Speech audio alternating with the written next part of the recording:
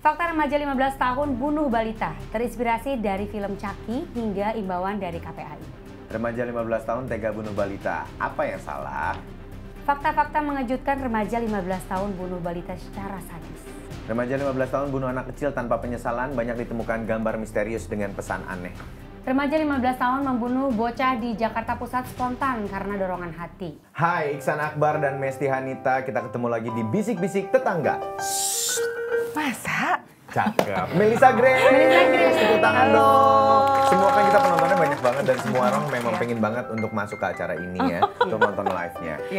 Melissa Grace, psikolog klinis, betul ya? Iya, betul. Jadi hari ini Kak Melissa datang bukan mau ngelenong, Enggak, sudah enggak. tidak bocah. Karena nggak bocah lagi. Betul sekali. Tapi hari ini kita lagi mau ngomongin seorang bocah nih Betul. ya, yang lagi ramai di pemberitaan kita sekarang ini. Mungkin semuanya udah baca di sosial media lah, di harian online. Pokoknya semuanya lagi memberitakan ini dan membuat semua orang heran dan juga terkejut. Terutama gitu kan ya. para orang tua ya. Betul sekali, karena ini kejadiannya pada anak umur 15 tahun yang diduga sebagai pelaku. Dan ini yang katanya juga di situ ditulis membunuh seorang anak umur 5 tahun. Ya. Oke, korban yang berusia 5 tahun ini sedang bermain di rumah terduga pelaku ya. Dalam keadaan sepi, cuman berdua. Terus korban kemudian diajak untuk mengambil mainan di dalam bak mandi tetangga. Nah, di dalam bak kamar mandi itu terduga pelaku ini menganiaya korban hingga meninggal dunia. Dan korban sempat disimpan di dalam lemari. Korban juga diikat dan mulutnya disumpel kain. Nggak kebayang gue. Dan menurut kabar tetangga yang beredar ini, kabarnya terduga pelaku ini sangat menyukai film horor atau film-film thriller yang berbau tentang pembunuhan. Lihat dari kacamata seorang psikolog klinis. Apa sih sebenarnya yang terjadi? Karena banyak yang penasaran. Iksan dan Mesti adalah orang awam yang menduga-duga aja kenapa bisa begini, kenapa bisa begitu. Akhirnya daripada muncul asumsi-asumsi, kita datangkan dan kita ngobrol. Gimana menurut kamu? Karena anak sekecil itu gitu, umurnya masih muda sekali, 15 tahun. Oke, iya. Jadi kalau untuk mendapatkan profil dinamika psikologis dari yang bersangkutan, tentunya perlu dilakukan pemeriksaan psikologis. Teman-teman dari kepolisian sedang melakukan ini bersama timnya. Oke. Ya. Jadi sudah ada, sorry saya potong, jadi ada psikolog klinis tunjukkan dari mereka. Pastinya Pasti dong, dokter, ya kan? psikiater, psikolog klinis ya. Apapun statement yang saya berikan di sini hanya based on berita-berita yang beredar, yang sudah viral, ya. Sehingga kalau ada kekeliruan dalam berita-berita tersebut, maka dengan sendirinya mungkin ada beberapa statement saya yang tidak tepat. Ya, saya juga tidak akan memberikan professional judgment terhadap si terduga pelaku karena saya tidak melakukan pemeriksaan psikologis langsung. Secara langsung ya. Kode etiknya demikian. Kode etik gitu Ketika ya. kita tidak memeriksa langsung, kita tidak boleh memberikan professional judgment apapun ya. Nah, secara umum kasus ini tuh adalah kasus anak. Jadi kita perlu amat sangat hati-hati dalam melihat ini kasus, ya. Di mana ya, meskipun so far mengamati berita-berita yang ada, ya, kronologisnya terlihat seperti itu, tapi kita juga tetap perlu membuka pikiran terhadap berbagai macam kemungkinan yang ada. Ya, kita tidak hanya melakukan pemeriksaan, bapak-bapak kepolisian tidak hanya melakukan pemeriksaan kepada anak, tetapi juga pada significant others-nya. Ya, signifikan others-nya tuh keluarga, support system dan segala macam orang yang terdekat. signifikan, yang ada bersama dia sehari-harinya. Di sekolah gimana, di rumah gimana, mainnya sama siapa, itu semua harus dilibatkan dalam proses pemeriksaan itu, baik di polisian ataupun proses pemeriksaan psikologis, begitu. Nah, kemudian tadi bertanya secara umum ya, kenapa sih kok orang remaja bisa melakukan hal tersebut ya? Yang Kak Mel akan ceritakan adalah secara umum ya, bukan mengacu pada si pelakunya. So I'm not going to say that pelaku ini melakukan ini karena ini, enggak gitu. Sifatnya masih asumsi ya. Kalau secara umum? Kalau secara umum, dunia psikologi melihat sebuah perilaku itu sebagai fungsi dari individu dan lingkungan. Jadi sebenarnya gini, tidak ada satu penjelasan atau faktor tunggal apapun yang mampu menjadi penjelasan atas kenapa sih seseorang melakukan perilaku tertentu. Ya, terutama perilaku-perilaku yang sifatnya unik khas abnormal ataupun maladaptif ya. Perilaku abnormal itu berarti tidak sesuai dengan normal. Perilaku maladaptif juga tidak hanya terjadi sekali. Perilaku maladaptif dalam arti kan mengganggu fungsi keseharian. Jadi ada frekuensi, intensitas, dan durasi. Maaf, saya potong. Ini beneran gue dari awam dan gue nggak ngerti ya. Apakah perilaku maladaptif bisa tiba-tiba muncul seperti ini? Ini kan hanya sekali misalnya. Pembunuhan ini kan hanya sekali. Nah, itu yang kita nggak dapat nih datanya. Gitu. Makanya dia itu tadi pernah melakukan apa? Mungkin nggak ke orang, mungkin ke hewan, mungkin ke barang, mungkin ke apa. Itu yang kita nggak dapat datanya. Nah, ini kemarin aku sempat baca juga. Ini katanya dia pernah melakukan satu ke hewan. Jadi seperti katak, cicak, itu yang masih hidup aja itu dia bisa langsung bunuh pakai garpu dan juga pisau. Gitu. Oke, dan itu ada di berita ya? Ada. Itu di beritanya seperti itu. Oke. Gitu. Apakah itu salah satu yang frekuentif? Ya, perlu dicek lagi seberapa sering melakukan itu, pada setting apa saja. Terus kemudian dalam seminggu kira-kira berapa kali hasrat muncul untuk menyakiti orang lain, menyakiti hewan, merusak barang dan sebagainya gitu. Nah, itu baru kemudian kalau ada frekuensi, durasi dan intensitasnya, baru kemudian bisa seorang psikolog menentukan apakah perilaku ini masih adaptif atau maladaptif. Tadi makan beling kalau sekali dan itu pas pertunjukan itu masih ya tergantung budaya di Indonesia it's common gitu. Tapi kalau dia tiap hari makan beling itu kan sesuatu jadi yang aneh, sesuatu gitu, yang jadi ya bukan hanya abnormal tapi juga mengganggu fungsi keseharian kan paling Berarti kalau sehari-hari misalnya perilaku maladaptif ini muncul sekali doang misalnya let's say si terduga pelaku emang selama ini ya normal-normal aja, mungkin dia merasa atau apa tiba-tiba gue mau bunuh orang. Gitu. Berarti itu tidak bisa dibilang kalau dari kacamata umum seorang psikolog klinis tidak bisa dibilang perilaku maladaptif. Nah, kalau yang intensitasnya sudah sangat tinggi sampai membunuh orang lain, sampai melukai orang lain gitu, ya bahkan membunuh orang lain. Nah, itu berarti kan intensitasnya sudah sangat tinggi. Mungkin selama ini tidak terlihat, jadi ada hasrat, cuman nggak disalurkan. Hasrat, ya. Ada hasrat, cuman tidak begitu disalurkan, gitu. Jadi tetap itu denote sebagai perilaku yang, ya kalau dari sisi hukum melanggar hukum, kalau dari sisi psikologis, apa kita perlu cari tahu apa sih yang ngebuat orang kepengen bunuh kok langsung bunuh gitu. Iya. Kayak gak ada mikir-mikir dua kali. Nah, gitu seperti ya. itu. Kayak kita marah wajar, dalam keseharian marah wajar. Tapi kenapa kok ada orang marah yang mecah-mecahin jendela, unboxing motor segala macam. Nah, itu yang perlu dicari di kebelakangnya. Ada hasrat seperti itu atau tidak? Apa yang menyebabkan itu? Gitu. Nah, kalau saya boleh pakai papan mungkin untuk menggambarkan ilustrasi. Jadi yang tadi Kak Mel katakan, bahwa dalam melihat sebuah perilaku, itu kita nggak bisa ngelihat cuman dari satu aspek. Tidak ada faktor tunggal yang menyebabkan atau menjadi penjelasan akan sebuah perilaku, ya, terutama perilaku yang tadi, abnormal dan maladaptif. Ya, jadi kalau kita mau lihat, ini ada secara garis besar, ini ada seperti ini. Ya. Perilaku ini ada faktor individu dan faktor lingkungan. Ya. Faktor individu kita perlu lihat dulu, adakah genetik, dalam arti adakah riwayat dari keluarga yang juga memiliki gangguan mental. Ya, itu secara genetik. Itu pengaruh juga ya, karena berdasarkan penelitian beberapa gangguan mental itu diturunkan secara genetik. Ya.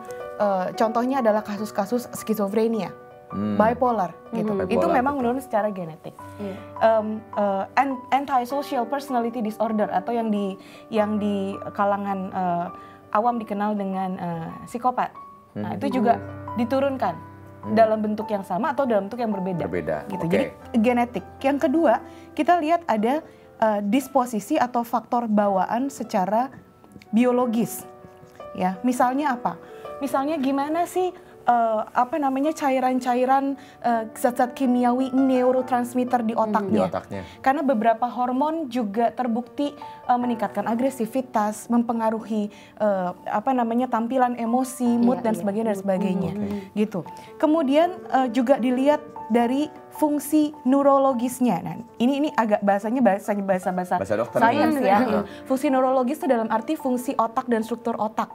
Ya, ada hambatan nggak atau ada abnormality nggak di otaknya, ya. Di bagian otak kita ini ada yang namanya sistem limbik yang mengatur emosi atau peredaran emosi manusia, dalam arti termasuk juga rangsangan atau seberapa kita sensitif terhadap emosi diri sendiri ataupun dari orang lain.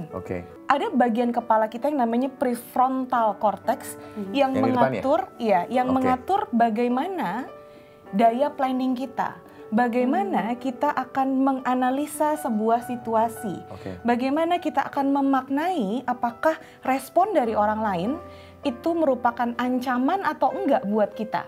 Nah, itu adanya di prefrontal cortex. Ya, kalau itu ada gangguan, otomatis kan dalam kita memaknai stimulasi dari lingkungan itu pasti juga akan mengalami gangguan seperti itu. Nah, terus kemudian juga ada traits itu adalah sifat individual, ya, sifat individu, temperamen, bagaimana orang ini memandang dunia dan sekelilingnya, ya, bagaimana orang ini menyikapi stres, bagaimana orang ini punya toleransi terhadap stres. Nah, itu masuknya ke traits dan faktor kognitif, pola pikir. Nah, itu baru faktor individual. Faktor lingkungan, kita perlu melihat adanya pola asuh, gimana sih pola asuh anak dia ini? Dekat atau tidak dengan keluarganya. Betul, gitu ya? Dia di lingkungan yang seperti apa. Terus hubungan dengan significant others-nya itu bagaimana, hubungan dengan orang-orang sekitarnya tuh gimana, bukan hanya dengan orang tua biologis, tapi yang bersama dia sehari-hari tuh gimana, teman atau siapa, temennya, gitu ya, gurunya, semuanya gitu ya. Terus bagaimana dia memaknai hubungan dia dengan orang-orang yang notabene harusnya melindungi dia, which is itu adalah orang tuanya, parents-nya. Seberapa dia merasa nyaman dan aman. Mungkin kalau misalnya dalam kejadian ini ya, kita kan nggak tahu nih sebenarnya pencetusnya apa. Meskipun dia sudah bilang gitu, karena dia sering nonton film horor, dia terinspirasi dari itu, tapi tetap harus dirunut ke belakang. Dari mulai secara individual dan juga secara lingkungan. Untuk itu kita punya gambar-gambar, dan gambarnya nggak jelek ya. Tuh gambarnya, nih. Ya. Tulisan-tulisannya ada when we all fall asleep, where do we go?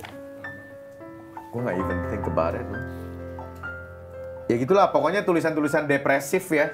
Iya. Dan gambar-gambar depresif. Kak Mel boleh dilihat-lihat deh. Ini jadi satu gambar lagi yang dia tulis. Nih, boleh dilihat. Dan ini di samping-sampingnya ada tulisan-tulisan. Dan ini sih kalau dibaca itu tulisannya lebih mengarah ke kekecewaan dia sama ayahnya ya. Tapi nggak tahu kan ini apakah kekecewaan dia atau dia hanya ingin menulis, nggak tahu. Tapi yang pasti gambarnya seperti itu. Jadi, terus ada lagi bila bisa dikasih ke kamera dulu, Kamel. Dia berfoto ya? Oh my God. Ya, ini tuh. Ini tuh, dia ada foto-fotonya kayak gini loh. Dia pernah update fotonya tuh. Dia pakai topeng. Pada saat dia sudah menyerahkan diri dan dibawa sama Pak Polisi, ada tulisan update statusnya. Pak Polnya baik, hehehe gitu. Ini juga ada nih, ini updatean juga nih. Saya pelakunya borgol saya, Pak. Gitu. Terus ini juga nih, on the way gitu. Jadi pokoknya apapun yang dilakukan, ini tanpa rasa takut dan dia kayak kekhawatiran. Kayak dia posting kayak ada sesuatu yang ini sesuatu hal yang biasa gitu ya. Nih. Dia nulis nih. Balita itu tak bernyawa. Balita tak bernyawa itu masih di lemari bajuku. Banyak warga mencarinya. Pak RW selaku polisi dan Pak RT yang memeriksa rumahku seluruhnya, tak ada satupun dari mereka yang menemukannya. Tak ada satupun yang tahu aku pelakunya. Oke, besok siap berserah diri. Berarti orang ini menyerahkan diri. Gimana tuh? Kalau dari kacamata psikolog. Sekarang kita ngomongin tadi ya, kenapa sih kok ada remaja yang posting-posting ya, melakukan sesuatu dan kemudian posting-posting ya. Kita sekarang ngomongin tentang remaja dulu ya. Remaja itu adalah setiap anak yang berusia 10, 12 sampai 18-20 tahun ya. Di masa-masa ini ya, seseorang secara umum lagi cari jati diri.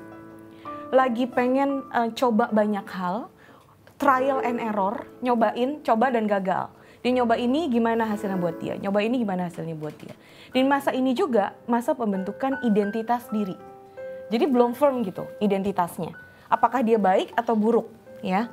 Nah, coba sekarang kita melihat bahwa dari berita-berita yang beredar, ya, bahwa anak ini saya dengar bahwa orang tuanya mengalami perceraian, misalnya, seperti itu, ya. Meskipun ini sekali lagi tidak menjadi stigma, tapi salah satu faktor dalam resiko itu.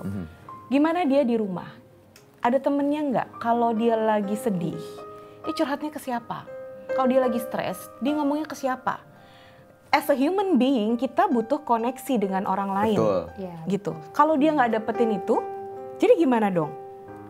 Berarti kan lewat sosial media. Betul. Ya, itu adalah salah satu cara untuk dia make a connection. Ini adalah cara siapapun yang menulis ini untuk membuat koneksi. Dengan apa? Dengan orang lain. Betul. Dapat komentar, dapat respon dan segala macam, dapat perhatian. Nah, pertanyaannya apa yang dia rasakan kayak orang komentarin gitu ya, ada yang menanggapi ya. Iya, pertanyaannya adalah kenapa kok seseorang ini berusaha banget untuk ngebuat koneksi sama orang lain, tapi dalam cara-cara yang tidak lazim atau tidak biasa gitu. Ada apa di rumahnya? Gitu. Itu yang perlu dicari menurut saya datanya. Kan kalau misalnya kita ngelihat nih dari tulisan dan juga gambarnya dia, biasanya kan orang kelihatan ya cara menulis, cara gambar, dia adalah pribadi yang seperti apa. Boleh dianalisis deh dari gambar-gambarnya dia. Jadi gini, kalau di psikologi itu memang ada tes-tes yang namanya tes-tes proyektif, ya, untuk menganalisa gambar-gambar ini, ya, again hanya berdasarkan berita atau foto yang ada di sini, ya, bisa menjadi benar sesuai, bisa juga tidak akurat karena datanya tidak lengkap, so incomplete data, ya. Tapi kalau dilihat di sini yang saya bisa katakan adalah bahwa di sini ada gambaran kesedihan, yang teramat sangat. Jadi bukan hanya sedih, tapi teramat sangat. Karena apa? Tadi konsisten. Kalau kita lihat di gambarnya, konsisten gambarnya juga ya, yang ditulis kayaknya konsisten sekali ya. Konsisten seperti itu, gitu. Ada gambaran kesedihan yang sorrow gitu, kayak benar-benar deep pain gitu ya. Yang saya bisa lihat dari sini.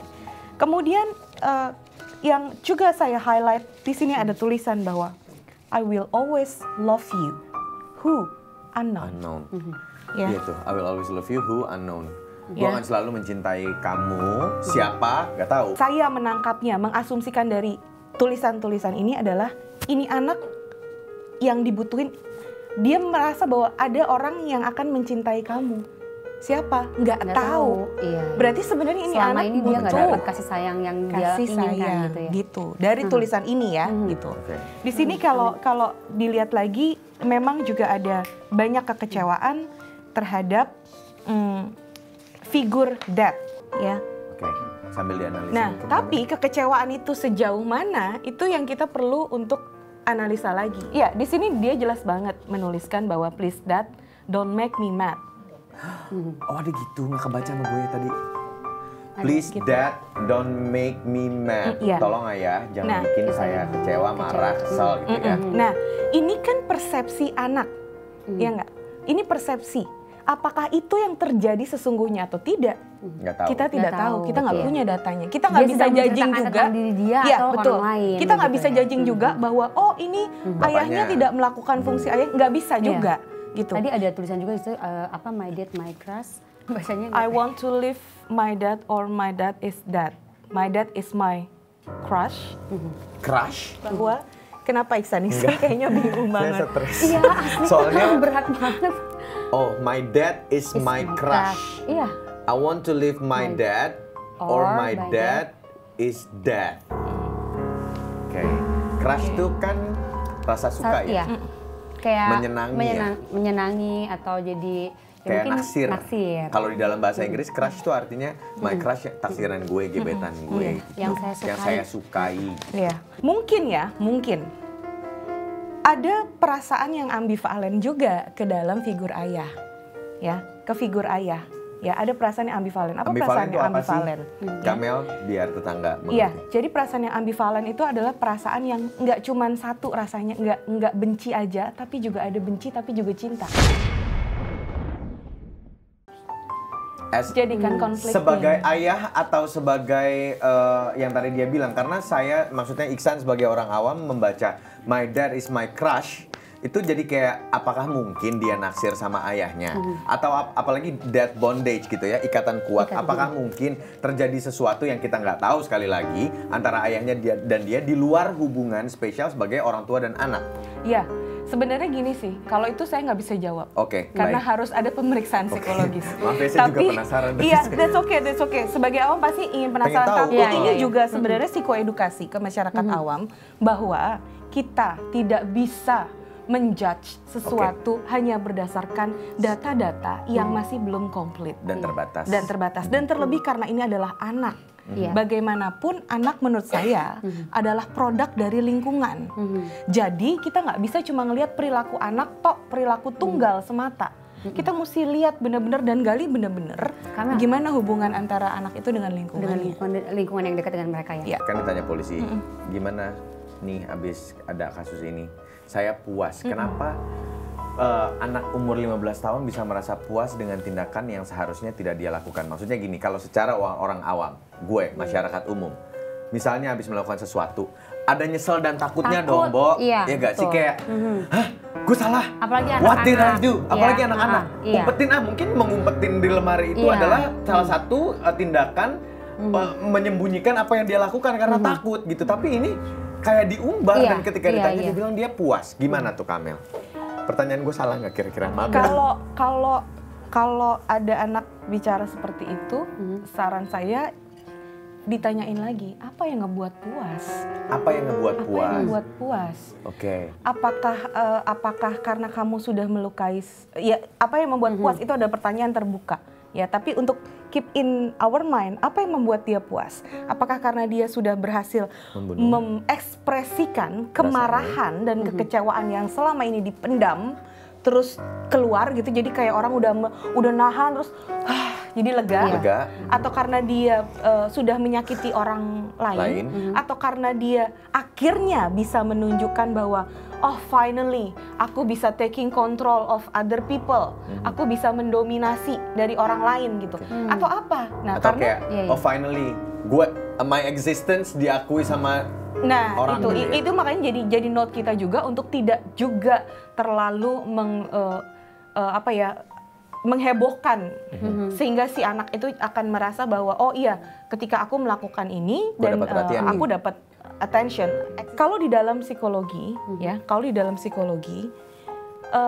ketika seseorang berusia di bawah 18 tahun ya kemudian secara menetap ya dan terus-menerus melakukan perbuatan-perbuatan yang melanggar hukum dengan niatan. Ya, misalnya seperti menyakiti orang lain, menghilangkan nyawa orang lain, menyakiti binatang, kemudian merusak barang-barang dengan niatan. Ya. Dan pola itu bertahan selama setidaknya 12 bulan di dalam psikologi. Ya, itu masuk dalam kriteria conduct disorder atau gangguan perilaku. Ya. Saya tidak mengatakan, ini saya perlu tegasin, saya tidak mengatakan si terduga ini conduct disorder atau tidak, enggak, itu terlalu cepat gitu, terlalu lompat kesimpulannya. Tapi saya biar publik sendiri yang coba untuk menyimpulkan gitu. Di dalam psikologi ketika ada tadi kriteria seperti itu masuk dalam kriteria conduct disorder ya. Yang salah dua ciri-cirinya adalah ketika seseorang melakukan itu melakukan perbuatan melanggar hukum itu tidak disertai dengan rasa bersalah. Kemudian tidak disertai dengan empati terhadap orang lain. Jadi nggak bisa merasakan apa yang dirasakan orang lain. Apa yang orang lain terluka, dia cool aja, biasa aja gitu. Nah, ini ketika ini nanti dewasa ya, diagnosanya sudah berubah. Berbeda lagi. Bukan lagi conduct, tetapi kalau di atas 18 tahun dan masih berlanjut perilakunya akan masuk ke diagnosa antisocial personality disorder atau gangguan kepribadian antisosial yang dikenal di publik sebagai sosiopat atau psikopat ya. Tapi psikopat itu tidak boleh didiagnosa kalau anaknya masih berusia di bawah 18 tahun. Oke, jadi untuk jadi sekarang belum bisa didiagnosa ya. Nah, kalau misalnya melihat dari wajahnya, apa sih yang Kak Mel lihat? Kan ada yang bisa menilai dari ekspresi wajah tuh, katanya kalau menurut Melissa Gray sendiri, apa benar semua bisa terpecahkan hanya lewat dari ekspresi wajah? Iya, oke. Kita melihat ekspresi wajah orang lain itu kan sebenarnya adalah bagian bentuk observasi dari proses pemeriksaan psikologis. But the things is, kita tidak bisa mengcapture dan kemudian mendiagnosa seseorang hanya berdasarkan satu momen saja. Ini kan foto satu momen saja. Ya betul, boleh kasih lihat. Jadi nggak bisa dijadikan kesimpulan hanya berdasarkan satu momen saja. Gitu. Dalam observasi kita harus melihat tadi konsistensi. Bagaimana dia mengekspresikan emosinya, bagaimana dia kemudian sesuai nggak sih apa konten yang dia ceritain dengan ekspresi emosinya. Itu kita perlu lihat tadi berdasarkan pemeriksaan psikologi. Karena kan bisa dibuat ya ekspresi wajah juga. Betul. Kan? Apalagi kalau misalnya berdasarkan penelitiannya, kita ngomongin kasus lainnya, berdasarkan penelitian orang-orang yang punya antisocial personality disorder itu hampir selalu lulus lie detector. Oh iya, karena dia nggak merasa guilty. Jadi apa yang gimana caranya gitu? Kan dia nggak merasa bahwa bersalah melakukan kebohongan. Tadi Iksan bilang bahwa kan kita kan harusnya kalau ngelakuin sesuatu, ini kan ngerasa bersalah ya, gitu kan? Takut gitu. Gitu. Sampai jumpa lagi. Iya betul. Baik, tetangga jangan lupa di like, di komen dan juga di subscribe. Iksan Akbar pamit. Meseta pamit. Kita ketemu lagi hanya di Bisik-Bisik Tetangga. Masa sih?